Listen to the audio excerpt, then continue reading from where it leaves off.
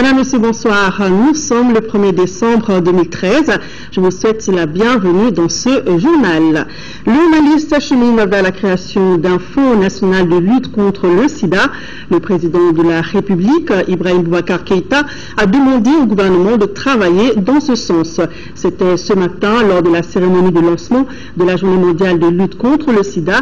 Pour la période 2013-2017, le Haut Conseil national de lutte contre le VIH-Sida aura besoin de plus de 250 milliards de francs CFA pour mener à bien ses activités. Le reportage de Amadou Sankari.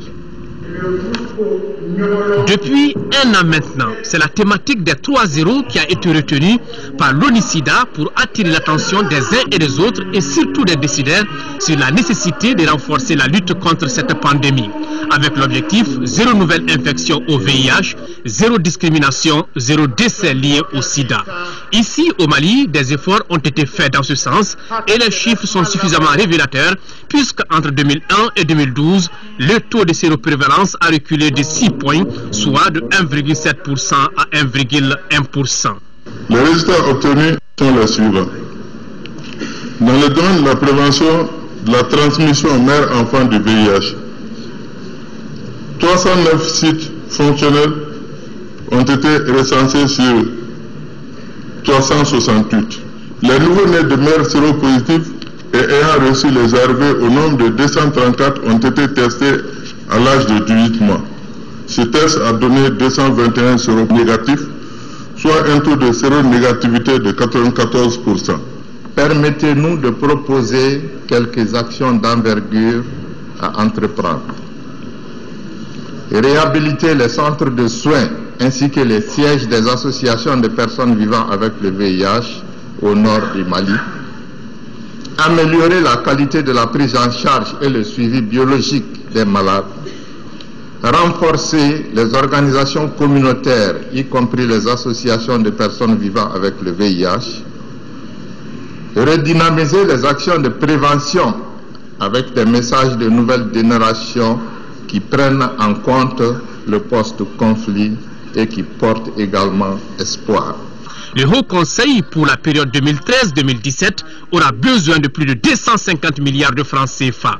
Déjà, plus de 83 milliards ont été obtenus auprès des bailleurs de fonds. Le Mali pourra-t-il atteindre l'objectif de 3-0? La mission serait difficile, extrêmement difficile, mais elle n'est pas impossible, Monsieur le Président. Nous ferons notre part d'effort pour y arriver. Mais si ce n'était pas le cas, on pourrait dire que les moyens ont manqué, mais pas la volonté. Car notre volonté de positionner le Mali parmi les meilleurs élèves de la classe en Afrique ne faiblira jamais. Avec l'appui bien sûr des partenaires, le Mali pourra compter parmi les pays ayant atteint l'objectif numéro 6 du millénaire pour le développement, qui est celui d'enrayer la propagation du sida d'ici 2015. Nos respectueuses félicitations encore, Monsieur le Président, pour la finalisation du Fonds mondial de lutte contre le sida au Mali, dont nous espérons qu'il permettra au nouveau cadre stratégique national de mettre en œuvre de façon efficace et de manière efficiente les ressources disponibles.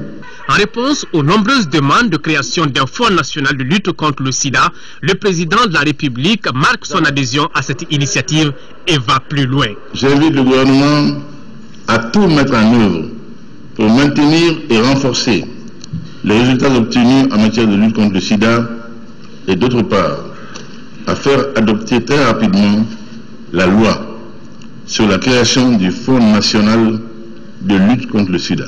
Notre pays vient de connaître l'une des plus graves crises de son histoire. On l'a dit à satiété.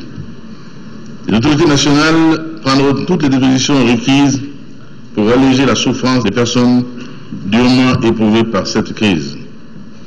Aux malades du VIH-Sida vivant dans les régions anciennement occupées, aux malades déplacés dans les autres régions du Mali ou à l'extérieur, nous avons ici manifesté notre soutien indéfectible. Nous ne les oublions pas.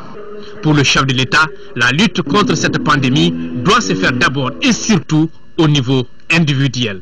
Le combat contre le VIH se mène au quotidien. Il est avant tout une lutte au niveau individuel avant d'être une lutte collective. Les sketchs merveilleux présentés aujourd'hui ont montré combien chacun est interpellé à son niveau. Oui, le gouvernement du Mali peut créer beaucoup de centres de santé, acheter des équipements et des médicaments, assurer la gratuité des soins aux malades, mais l'État ne pourra jamais se substituer aux citoyens lors de la prise de décision telle que se protéger, faire son test de dépistage, prendre ses médicaments ou respecter simplement les droits des malades du sida. Le Mali prendra toutes les dispositions requises pour protéger et renforcer les acquis techniques et institutionnels, car ce sont ces résultats qui serviront de socle à l'atteinte des 3-0. Le chef de l'État a saisi cette occasion pour lancer le nouveau site web du Haut Conseil national de lutte contre le sida avant de visiter les différents stands de dépistage installés pour la circonstance.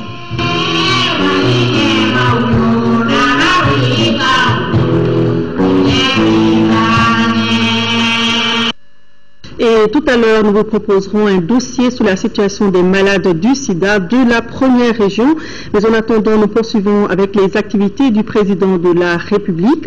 Cet après-midi, Ibrahim Boubacar Keïta a reçu en audience le directeur général de l'ASECNA.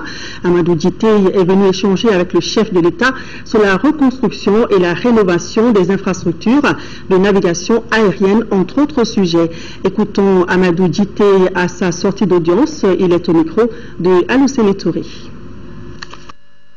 Depuis fort longtemps, donc, la SECNA investit au niveau du Mali, et malheureusement avec la situation que le pays a vécue, nous avons perdu énormément d'équipements qui fait de l'ordre de 35 milliards.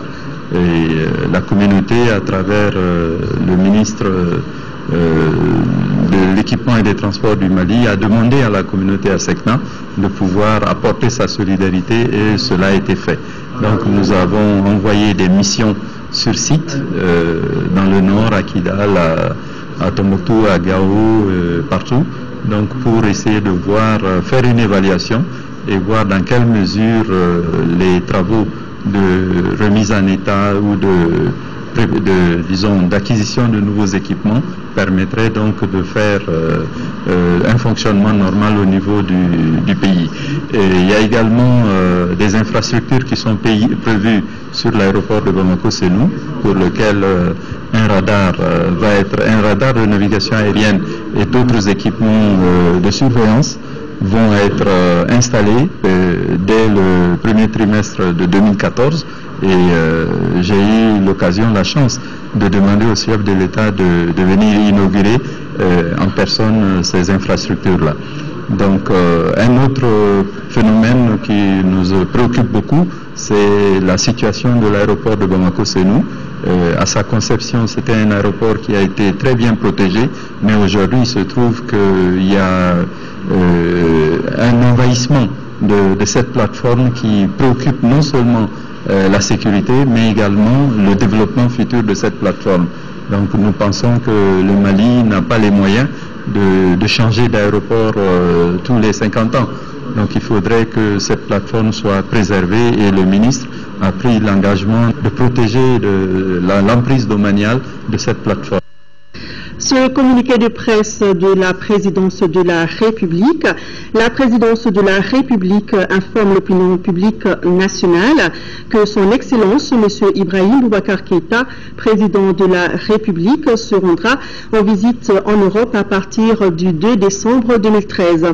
Accompagné de plusieurs ministres du gouvernement, le président participera au sommet de l'Élysée qui réunira à Paris les chefs d'État d'Afrique et de France les 6 et 7 novembre 2013, et dont les thématiques centrales seront la paix et la sécurité en Afrique.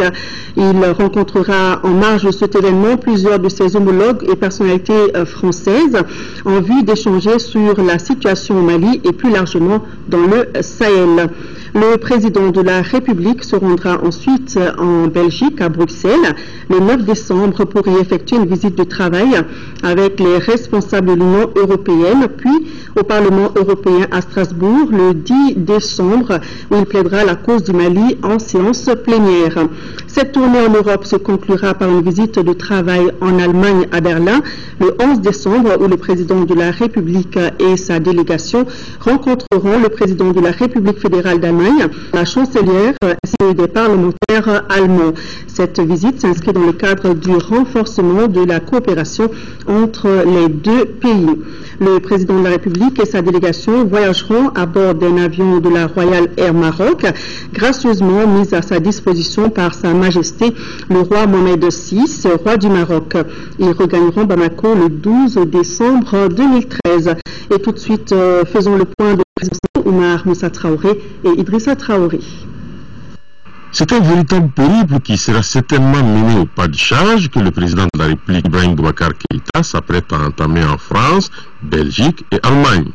Dès son arrivée à Paris, le chef de l'État démarre son programme de visite par une série d'échanges avec les autorités du Parlement français avant d'animer des conférences.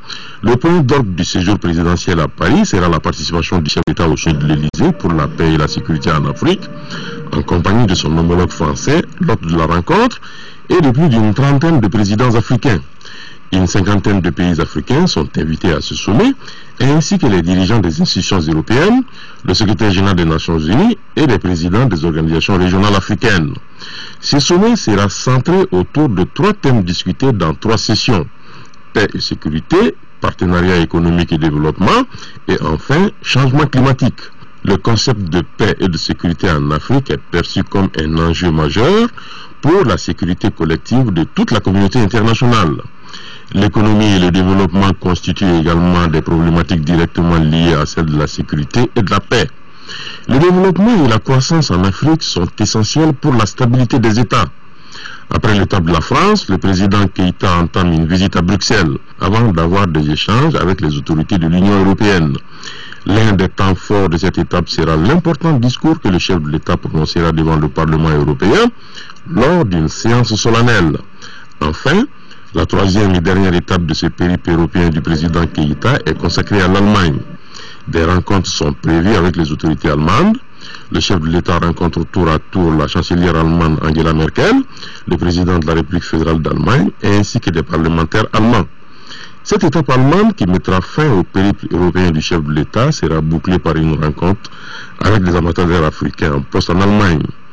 Nul doute que le chef de l'État mettra ce périple européen à profit pour convaincre les partenaires de tenir la cadence de leur bienveillance à l'égard de notre pays. Et à l'occasion du voyage à Paris de son Excellence M. Ibrahim Boubacar Keïta, président de la République, chef de l'État devant prendre part au sommet de l'Élysée pour la paix et la sécurité en Afrique, le protocole de la République invite à l'aéroport international de Bamako-Sénou demain lundi 2 décembre les membres de la délégation présidentielle à 13h, les membres des corps constitués désignés à 13h30. Le décollage de l'avion présidentiel est prévu pour 14h. Revenons sur les activités du 1er décembre, journée mondiale de lutte contre le sida. CAI a fait son bilan. Il ressort que dans la première région, ce sont plus de 2400 personnes qui sont infectées par le VIH, dont plus de 1400 femmes. Ces malades sont tous sous traitement antirétroviral. Comment s'effectue la prise en charge de ces malades? La gratuité des médicaments est-elle vraiment une réalité? Pour en savoir plus, une équipe de l'ORTM CAI s'est rendue dans 2 centres de prise en charge de la maladie. L'équipe était dirigée par Kansuto Kanoté, suivant son dossier. Depuis 1999, on a notifié au niveau de l'hôpital régional Foussendao de CAI 2964 patients infectés par le VIH. De cette date à nos jours, 1864 patients ont été initiés aux antirétroviraux. Et sur ces 1864 malades du VIH, il n'y a que 1154 qui suivent régulièrement le traitement. La prise en charge se fait à 2 volets, qui sont entre autres le bilan biologique, la charge ou une exploration du foie et des reins est obligatoire. Selon le protocole national, Si le taux de CD4 est supérieur à 350, ça veut dire que le malade doit être obligatoirement sous traitement, même s'il ne présente pas de maladie. Et l'autre partie, c'est la prise en charge, c'est-à-dire le traitement. Le traitement, ça c'est les ARV. On donne les ARV aux malades et les ARV sont gratuits. Nous sommes ici à l'USAC créé par Arcade Sida en septembre 2011. C'est une unité de soins, d'accompagnement et de conseil. Dans leur centre, ce sont 1088 personnes qui ont été dépistées cette année et parmi ce lot, 156 ont été déclarées positives, 112 ont été mises sous ARV, 315 patients sont pris en charge depuis le 30 octobre 2013. On a deux types de dépistage. Il y a d'abord les dépistages volontaires. Là, les personnes peuvent venir d'elles-mêmes se faire dépister. Ou bien souvent, c'est les praticiens.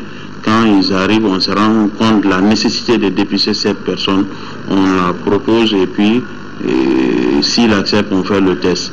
Mais également, nous avons d'autres équipes qui sont sur terrain, donc pour dépister certains groupes, notamment les routiers et les professionnels de SEG, etc. Au niveau de l'hôpital régional, 3 médecins sont à la disposition des adultes, un gynécologue pour suivre les femmes enceintes infectées par le VIH et un pédiatre pour les enfants atteints de cette maladie. L'expérience de vie de plusieurs malades du sida a beaucoup augmenté grâce au traitement avec les ARV. La circulation a beaucoup diminué grâce aux associations des personnes vivant avec le VIH. Parce qu'il y a des personnes vivant avec le VIH qui font le témoignage à visage découvert. Donc ça fait que la circulation a beaucoup diminué. Si la prise en charge des malades vivant avec le VIH se poursuit normalement, si la stigmatisation des patients infectés a été réduite grâce aux sensibilisations dans les milieux urbains et ruraux, il y a des difficultés à souligner. Nous ne disposons pas assez de salles pour mener toutes nos activités. Une autre difficulté, c'est par rapport au suivi biologique de nos patients. Et l'autre difficulté, les gens n'ont pas compris cette histoire de VIH. Ils n'acceptent pas de se faire dépister. Madame Traoré Awadjaï, séropositive et conseillère à l'USAC Arcade Sida, a bien voulu témoigner à visage découvert sur la gratuité des ARV, la stigmatisation des malades et le dépistage. Depuis 2002, mais à quelle difficulté il y a parce que à quelle sababu quand on a premier mariage qu'a démon tumbu. Donc on voit encore autour là parce que nous tiens c'est que nous femme à coula mais nous voyons qu'elle a fou vraiment nous n'avons pas besoin de faire à quel fait aucun quand la quand fou qu'a dingli sur fana qu'a viager tout là alhamdulillah fou qui démarre sans faire là. Selon le chargé de suivi et évaluation VIH, Modi Sidibé de la direction régionale de la santé, dans la région de Caille, ce sont 2409 personnes qui sont infectées par le VIH, soit 753 hommes, 1488 femmes et 168 enfants à la date du 3e trimestre 2013 et ils seraient tous sous ARV. Nous savons que les préjugés et la mauvaise information constituent des obstacles au changement de comportement, surtout dans le domaine de la santé.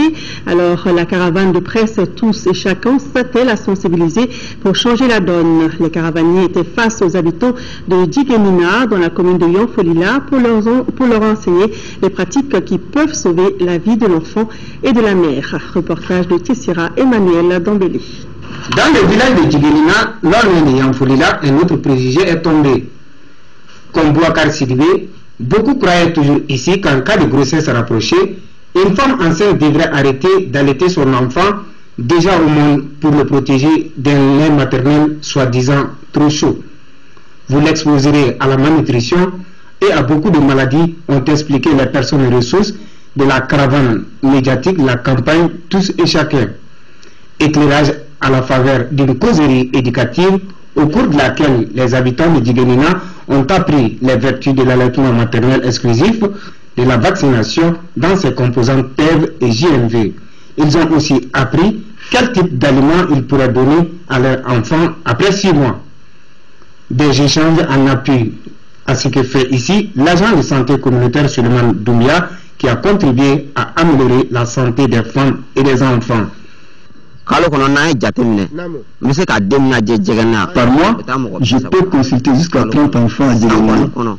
Par an, ce chiffre peut atteindre 300 enfants de 0 à 5 ans. En ce qui concerne la planification familiale, elle est inséparable de la santé.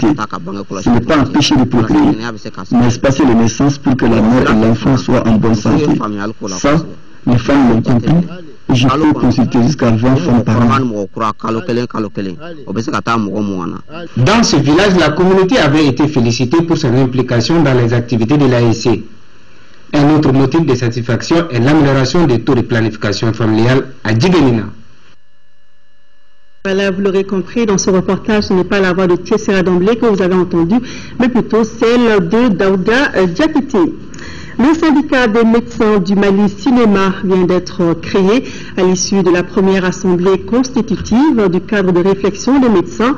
C'est un bureau de 23 membres dirigé par le Dr Chaka Keita. Il a pour objectif le renforcement des liens de fraternité entre les médecins du Mali et d'ailleurs défendre les intérêts matériels et moraux des médecins du Mali. Le compte rendu est de Lamine Keita. Le cadre de réflexion des médecins a organisé cette assemblée générale constitutive qui a abouti à la mise en place du syndicat des médecins du Mali Cinéma. Après tout ce constat et après une analyse approfondie de l'existant, je parle du syndicat existant et même de l'ordre des médecins, et après beaucoup d'échanges, le cadre de réflexion des médecins est arrivé à la conclusion qu'aujourd'hui, les résultats de tous ces mots peut se trouver dans la création d'un syndicat propre aux médecins tout seul, à l'instar des autres pays de la sous-région. Le professeur Ali Diallo, doyen de la faculté de médecine, et le président de l'ordre des médecins, tout en saluant l'initiative, ont invité le nouveau syndicat au respect de l'éthique et de la déontologie. Je rappelle que l'ordre des médecins a comme mission essentielle la défense et la promotion de l'éthique et de la déontologie médicale. Pour ce qui nous concerne, nous voudrons par là fonder l'espoir que l'organisation syndicale qui sera issue de votre Assemblée générale constitutive participe pleinement à cette défense de la morale et du devoir du médecin. Le nouveau bureau, dirigé par le Dr Chaka Keita, a un mandat de 5 ans renouvelable.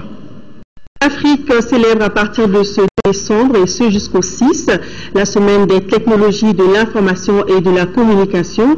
Les Maliens, tout comme les autres Africains, devront promouvoir le panafricanisme, la renaissance africaine vers la vision 2063 de l'Union africaine. À cette occasion, le ministre de la Communication et des Nouvelles Technologies de l'Information nous a adressé un message.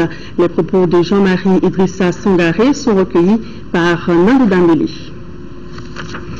Africaine des TIC atteste de toute l'importance que révèle leur développement pour l'Union africaine, UA, dans la vie des peuples d'Afrique.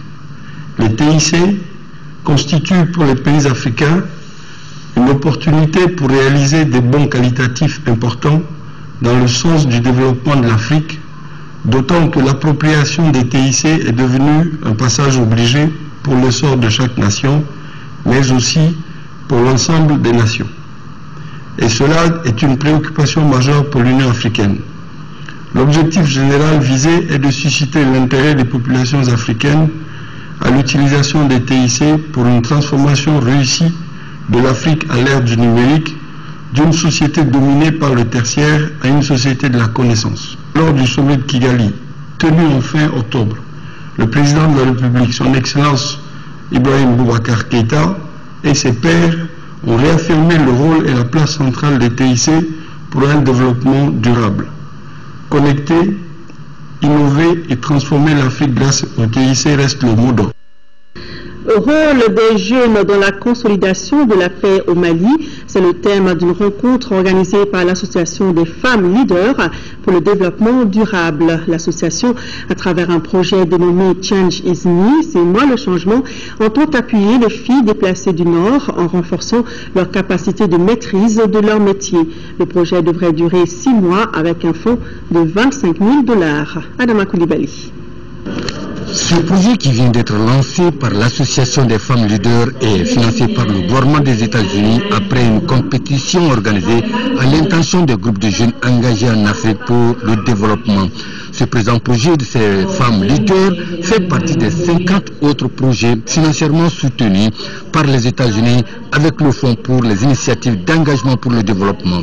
Ce projet a été réalisé suite à la crise que le pays a vécue. Et donc, en tant que jeunes, nous avons réalisé que nous avons un rôle à jouer pour la réconciliation et la consolidation de la paix. Il s'adresse aux jeunes femmes déplacées du Nord et aussi aux jeunes femmes qui apprennent des métiers, que ce soit le froid, la coiffure, la teinture, la couture, etc. Et donc, le projet va se dérouler et à Bamako et à Mopti. Nous avons reçu 25 000 $ américains et nous devons l'exiler ce mois. Les jeunes représentants de frères et sœurs à la cérémonie ont rappelé qu'ils doivent relever les défis, que c'est eux qui peuvent faire changer. D'où le nom de ce projet, Change is Me. Le changement, c'est moi. Le PC Maliba vient au secours de ceux qui ont subi des dommages matériels suite au tir de roquettes Gao. Pour plus d'1 million de francs CFA, la maison d'un habitant du quartier Château vient d'être réhabilitée. Le reportage de Daouda Sidiki Diara. Après avoir reçu des frappements d'une roquette tirée par les djihadistes le 7 octobre dernier sur la ville de Gao, voici l'état dans lequel ce bâtiment s'est retrouvé. Aujourd'hui, sur initiative des autorités du PC Maliba, les 10 bâtiments qui se trouvent au quartier Château a changé de visage. Cela avec des travaux de réhabilitation qui ont coûté plus d'1 million de francs CFA à l'opération. Nous sommes engagés en tant qu'opération Maliba et en tant que forces armées de sécurité du Mali. Donc à porter assistance à M. Maïga pour lui habiter sa maison, pour que les traces des obus du 7 octobre puissent disparaître, et ces traces qui ont créé plus ou moins un certain traumatisme au niveau des enfants. Donc ça c'est un premier point. Le second point, pour que cette population de Gao et ailleurs sache que les forces armées de sécurité sont encore là pour elles. Face à ce geste humanitaire, le propriétaire de la maison n'a pas caché sa joie. Je remercie Dieu et son prophète ainsi que les autorités militaires du PC Maliba. Je suis extrêmement content de ce geste humanitaire. Les travaux de réhabilitation de très bonne qualité. Je remercie beaucoup Abdoulaye Koulibaly d'avoir rénové ma maison. Rentrant dans le cadre des activités civilo-militaires, cette réhabilitation rapproche davantage l'armée de son peuple. Dans les jours à venir, le PC Maliba entreprendra des actions visant à soulager les populations démunies. Gao pour Kidal, après la libération des bâtiments administratifs, le gouverneur s'active pour leur réhabilitation. Pour ce faire, le gouverneur colonel Adama Kamisoko a rencontré l'AGETIP chargé des travaux et les entrepreneurs de la région de Kidal et d'ailleurs. C'était pour mettre au point les détails des travaux à réaliser et lancer les études de terrain. Timoko Sagara. Un seul objectif, la réhabilitation des bâtiments administratifs à Kidal. La première réunion qui s'est tenue à la résidence du gouverneur consacre le démarrage officiel des études pour les travaux. Au total, 4 bureaux d'études ont été retenus pour un délai de 25 jours. Ce délai est trop long. Le besoin est là. Vous voulez savoir dans quelles conditions nous sommes. Nous pensons que le délai doit être raccourci. Au lieu de 2 semaines, aller jusqu'à 5 jours. Au lieu de 25 jours, aller à 10 jours. Il y a une préoccupation qui est là. Il faut rapidement réhabiliter les bâtiments de l'État puisque les gens puissent travailler. L'AGETIP va prendre des dispositions pour réduire un peu le délai des études. On va faire pression sur les bureaux d'études pour qu'en une semaine ou plus tard 10 jours, ces dossiers sortent. Ces études réparties en 4 lots concernent la réhabilitation des bâtiments administratifs et de certaines écoles à Kidal et à Tessalit pour un coût total de 1,5 milliard de francs CFA. Tout entrepreneur malien peut soumissionner, mais une grande faveur est accordée aux entrepreneurs de Kidal. Nous, en tant qu'entrepreneurs, nous avons toutes les capacités d'exécuter ces travaux. Compte tenu de la priorité que l'État nous a donnée, de dire qu'il faut le nouveau local. Vraiment, on est très ravis que ce soit des entreprises locaux de la région de Kidal qui vont exécuter les travaux. Cela va même de la politique de la stabilité de la région. La deuxième réunion a regroupé autorités régionales, AGETIP et entrepreneurs de Kidal. Il s'agissait pour ces trois parties d'échanger sur tous les détails du projet afin que chacun puisse jouer pleinement son rôle et éviter toute surprise. Créer davantage la confiance entre les forces armées de sécurité et les communautés arabes de retour au Bercail, c'est tout le sens de la visite de certains chefs de tribus au Fama. Les leaders communautaires se sont engagés à coopérer entièrement pour dénoncer tout suspect. Au RTM Adama Djindé. Cette délégation composée d'une quinzaine a tenu à faire le déplacement dans l'enceinte du camp militaire de Tombouctou. Tout un symbole pour démontrer que les Famas et nos compatriotes déplacés ou réfugiés qui ont décidé de regagner le Bercail sont dans la même ligue de paix. Cette rencontre avec le commandement militaire vise à créer un climat de confiance entre l'armée et les communautés arabes. Ces gens que je parle à leur nom aujourd'hui n'ont besoin de rien que l'insécurité et la sécurité. Au premier tour de présidentiel, on n'était que 7 dans tout le monde. Aujourd'hui, on est 300. L'objectif de la rencontre, c'est de rassurer ces paisibles populations qu'ils avaient peur de leur armée, que cette population sache que l'armée est à leur entière disposition le jour 24 sur 24 et que cette armée travaille pour cette population. Le chef du village d'Agouni, localité située à 35 km de Tombouctou, Yenou Ould Oumar, a salué les efforts des forces armées et de sécurité qui ont permis le retour de la paix. Ould Oumar a aussi sollicité davantage d'assistance sécuritaire. Cherchez à mettre vos véhicules dans les règles et surtout le trajet. La personne qui va vous déranger, prenez le numéro du véhicule. Ceux qui voient des gens qui roulent la nuit, à minuit, pour venir tomber autour, vous avez le numéro de téléphone, avisez l'armée, avant qu'il ne soit pas trop tard. Tout de suite chez moi, j'ai vu une voiture que je ne connais pas tout le monde. J'ai dit au vieux, cette voiture, elle me les nouvelles ici. Et les sans plaques. Et le vieux monsieur qui a connu chez la place. Ok, il n'y a pas une arabe ou un frère que je connais. D'autant que j'ai dit la voiture a disparu. C'est une Toyota Philips blanche. Il n'y a pas d'immatriculation. Pour les officiers, l'armée est là pour sécuriser tous les fils de ce grand Mali. S'agissant des fouilles, M. Sougouba dira également que les checkpoints ou postes de sécurité ont pour mission de contrôler toutes les entrées et sorties de la ville. Pas plus. Mais dire parce que quelqu'un vous a dit de donner l'argent pour que vous puissiez passer, ça c'est pas l'armée. Ici, l'on rassure que ces genres de rencontres seront institués pour donner plus d'espoir aux candidats pour le retour.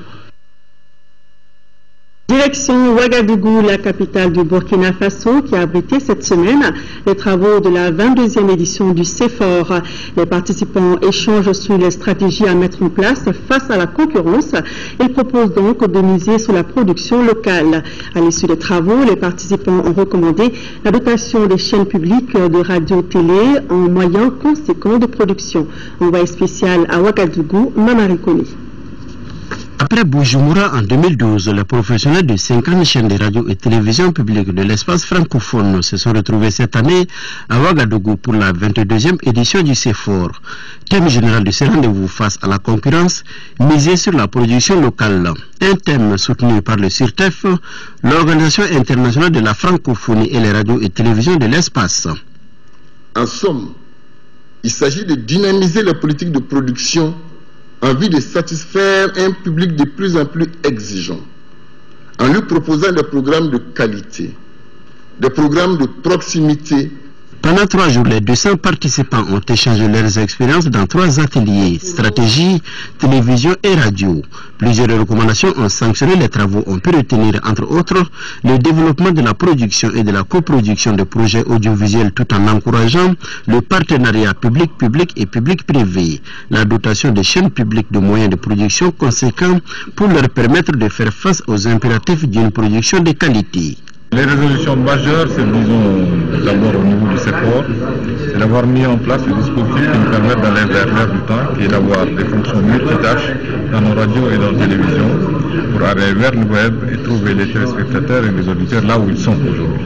Dans le domaine de la coproduction, certains sujets ont été retenus par les radios et télévisions partenaires, comme le chemin de fer, le cola et sa fonction sociale. Sur ces sujets précis, notre pays travaillera avec d'autres radios et télévisions de l'espace francophone. À marge du CEFOR, le Conseil international des radios-télévisions d'expression française, CIRTEF, a tenu sa conférence générale. Une conférence au cours de laquelle ont été adoptés le rapport d'activité du secrétaire général du CIRTEF pour l'année 2013, ainsi que le budget 2014 qui s'élève à un peu plus de 1,2 milliard de francs CFA. Retour au Mali pour aider les populations à faire face aux enjeux des changements climatiques. L'ONG L'Observatoire du Sahara et du Sahel a organisé une journée de reboisement à Missira dans la commune rurale de Sébékoro. Les temps forts de la journée ont été la plantation d'arbres et une conférence de débat. Abdul Karim Kaba. Les changements climatiques sont bien une réalité au Mali, en témoignent les épisodes de sécheresse et d'inondation de ces derniers temps.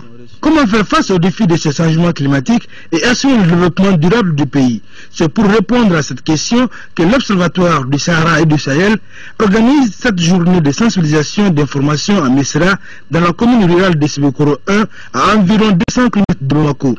Une cérémonie qui s'est déroulée en 3 temps.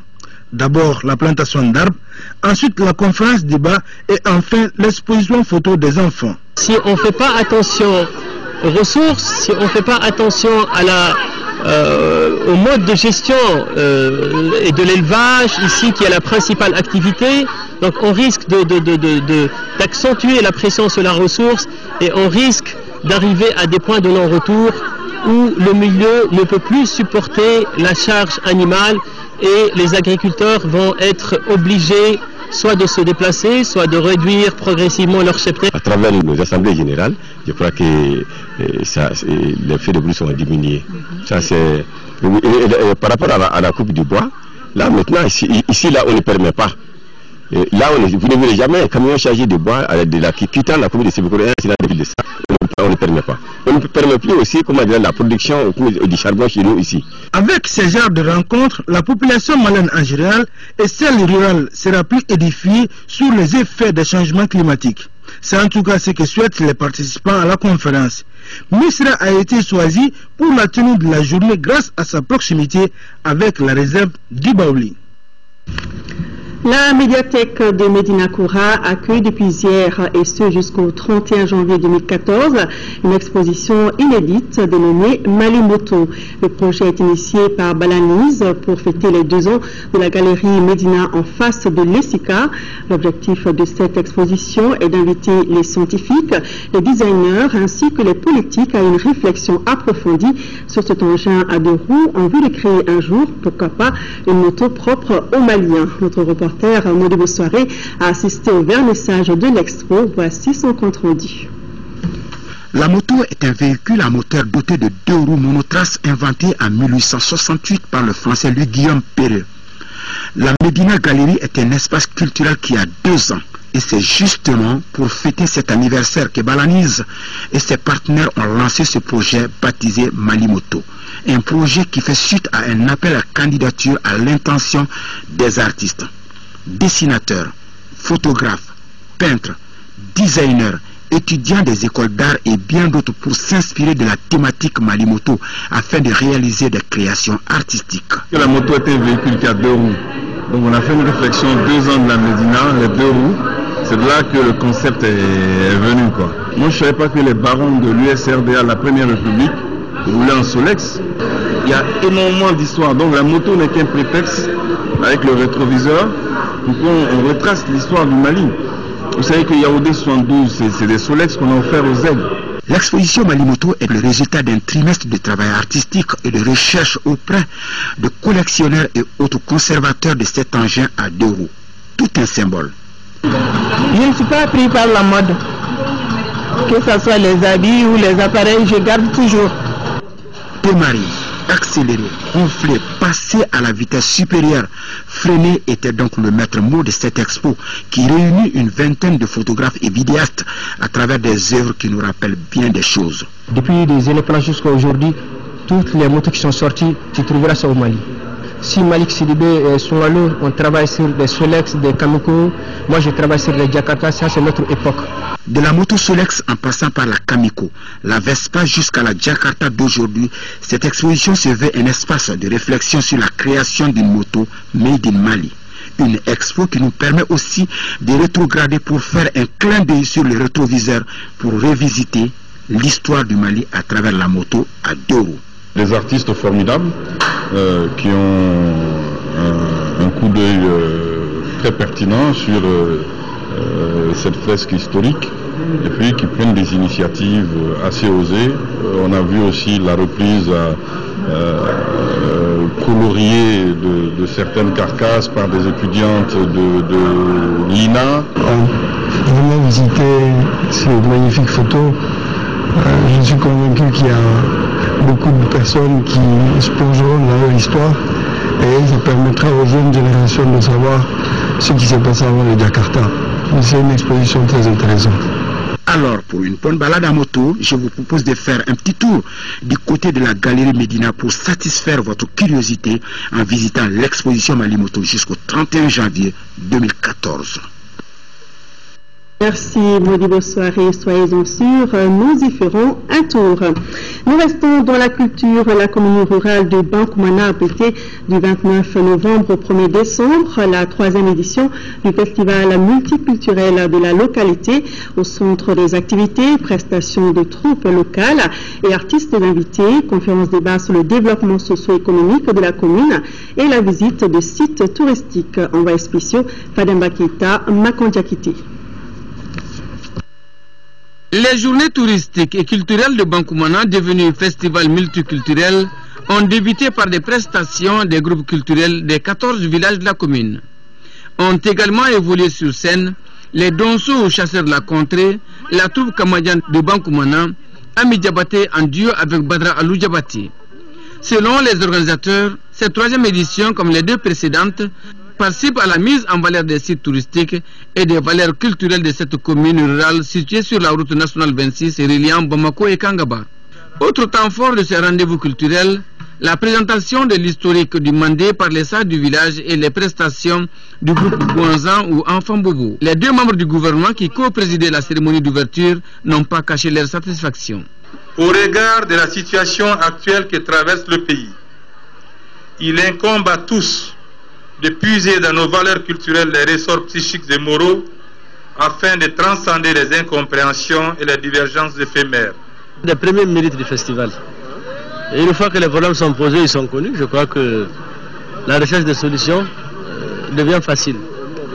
La dernière journée a été marquée par la visite de la base nautique de Bankoumana et une conférence de base sur les difficultés qui entravent le développement de la commune. Ces difficultés ont pour nom le manque d'eau et d'électricité et de centres culturels pour la jeunesse.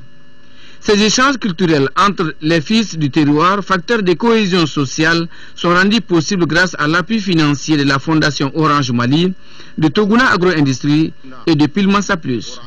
Convaincus que la culture est un formidable levier de développement socio-économique, nous avons décidé d'accompagner une fois de plus ce festival multiculturel.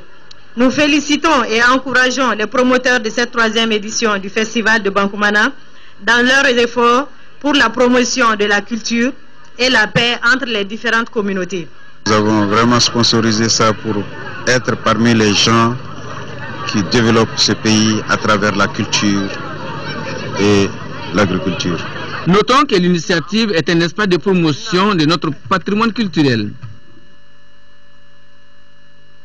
À Ségou, la salle Merouba a abrité hier la nuit de l'ORTM Ségou. Cette année, la cellule syndicale a voulu mettre un accent sur les modes traditionnels et les tresses. La soirée a été présidée par le gouverneur de la région. Reportage Kondesila. C'est dans la salle Merouba de Ségou que l'édition 2013 de la nuit ORTM Ségou a vécu.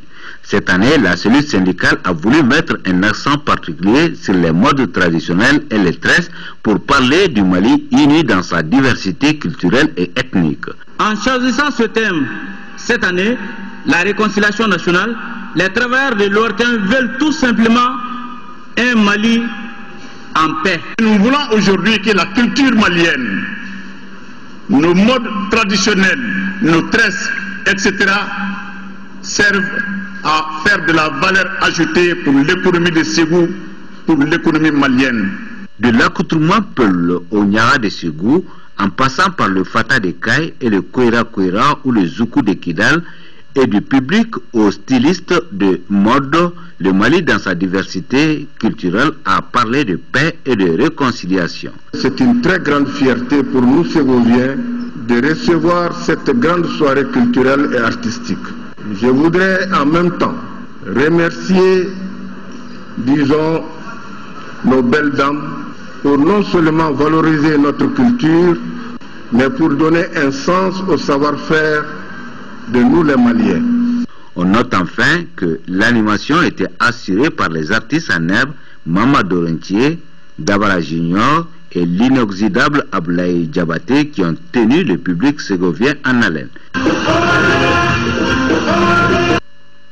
Nous ouvrons notre dossier culture du dimanche, la restauration des sites historiques et la conservation des reliques des anciens rois et guerriers est une préoccupation en 4e région. C'est ainsi qu'un projet a permis de restaurer les 7 vestibules de Biton Koulibaly depuis 2009 à Sekoro. Ce village historique est aussi le symbole de la tolérance religieuse. Toutes choses qui ont motivé le déplacement à Sekoro d'une de nos équipes de reportage dirigée par Cheikh Omar Sangaré. Reportage. La version restaurée du palais royal de Biton Koulibaly est un joyau architectural qui comporte 7 vestibules. Le chiffre 7 n'a pas été choisi au hasard. Biton avait une considération pour la femme. C'est pourquoi il a demandé d'ajouter aux 3 vestibules du départ 4 autres, car 4 symbolisent la femme, ce qui explique le nombre 7 des vestibules. Dans chacun des 6 premiers vestibules, il y avait 7 donjons composés de gardes armés et de femmes qui servaient à boire. Le visiteur était interrogé à chaque compartiment. Le 7e vestibule était réservé au roi et à son entourage. Dans le 7e vestibule, Biton s'asseyait sur une hauteur. Son griot Sangoy Koïta, ses gardes rapprochés et son géomacien étaient toujours à ses côtés. Ses représentants dans les différentes localités du royaume, qui faisaient office de gouverneur, se mettaient en face de lui au pied des murs du vestibule. Le roi s'asseyait sur une peau de vache blanche. Cette peau est remplacée par celle de vache rouge, le jour où il y a un problème. Quant aux reliques de Biton Koulibaly, les tombeaux se trouvent à Sekoro. Les autres souvenirs sont gardés dans les villages environnants. Pour cause, le village de Sekoro attend depuis quelques années la construction d'un musée pour exposer ses objets de grande valeur historique et culturelle. Il a été convenu de garder les objets de Biton dans un musée qui doit être construit à la place de la cour contiguë au site. Le propriétaire de cette cour a accepté de déménager avec sa famille et les autorités ont payé un terrain de 40 mètres sur 40 pour cela. En effet, la restauration de ces vestibules n'est qu'une première étape d'un projet porteur dans la commune de Sebgou. La réalisation de ces projets permettra à coup sûr de faire du village de Sekoro une des prochaines destinations touristiques. Le premier volet du projet est presque fini, qui est la restauration de cette vestibule. Maintenant, nous attelons, si on a la chance d'avoir des partenaires qui sont intéressés, à faire animer cette vestibule. Ensuite, à construire un musée pour la conservation des reliques de tout le bassin. Le 3e volet du projet, on veut quand même aussi booster l'artisanat. Parce que c'est des villages dans lesquels on a des artisans de talent, mais ils n'ont pas où s'exprimer. Sekoro est une localité qui est aussi le symbole de la tolérance religieuse. En témoigne la présence de la mosquée que Biton a construite pour sa mère musulmane. C'est souvent qui a conquis Baraouli. Bon, de là, il a épousé une femme du nom de Sounou Sako. Bon, il est venu avec Sounou Sako à Ségou, qui a donné naissance à Biton. Bon, quand Biton est devenu chef de guerre, bon, il a construit une mosquée pour honorer sa mère. Au-delà de Sekoro, la 4e région regorge d'importants sites historiques qui méritent d'être mis en valeur. Le village de Dioforongo, où on a les reliques de Bakaridja qui sont conservées dans sa famille. Et on prend le village d'Mpeba, on a les armes de guerre de Da qui sont conservées dans la famille Mariko. On prend Banankoro, on a le tombeau de Da. Ces patrimoines nationaux ne sont certainement pas conservés dans les règles de l'art. Cela risque de les exposer à la détérioration et au trafic illicite des biens culturels. Sport, football, championnat national de Ligue 1. La deuxième journée s'est poursuivie hier par deux rencontres au stade omnisport Modibo Keïta. La Somme, battue lors de la première journée, a gagné 2-0 face à l'Office du Niger Sport de Ségou. Quant à la rencontre au sommet de la journée entre les 11 créateurs et le Djoliba AC, elle a été interrompue par l'arbitre central qui a estimé que sa sécurité n'était pas totalement assurée, alors que le score était de 0 but partout. Le compte rendu de Al Jumatina. Triste fin du match entre les 11 créateurs et le Djoliba Athletic Club lors de cette rencontre comptant pour la 10e journée du championnat national de Ligue 1. À 1 minute du temps réglementaire, soit à la 87e minute, sur cette action djolibiste de Amara Fofana dans la surface de réparation des 11 créateurs, l'arbitre central, Boubou Traoré, n'a pas bronché. Auparavant, à la 83e minute, il avait donné un carton jaune au même joueur sur cette action. Et voilà la goutte d'eau qui va faire déborder le vase. Les supporters du Lubis, mécontents de la décision du référé qui n'a pas voulu siffler penalty, sont déchaînés dans les gradins. L'atmosphère devient tendue et la partie n'ira plus à son terme, alors que le score était de 0 but partout. S'agissant du résultat de la rencontre, il sera déterminé par le bureau fédéral. Après, place à l'opposition Association sportive olympique de Misra en bleu au Fédéral Sport de Ségou. Battu lors de la journée inaugurale, la Somme et l'Office avaient donc besoin de points pour décoller. Finalement, ce sont les Bleus de Misra qui en voulaient plus. Ils s'imposent 2-0 grâce à Oumar Tandjougroua à la 43e minute et Youssouf Ba dans les arrêts de jeu. Lors de la 3e journée, la Somme se mesurera au centre Salif Keïta et l'Office du Sport retrouvera sur son chemin l'Asiral de Bamako. Voilà, c'est la fin de ce journal. Merci à vous de l'avoir suivi.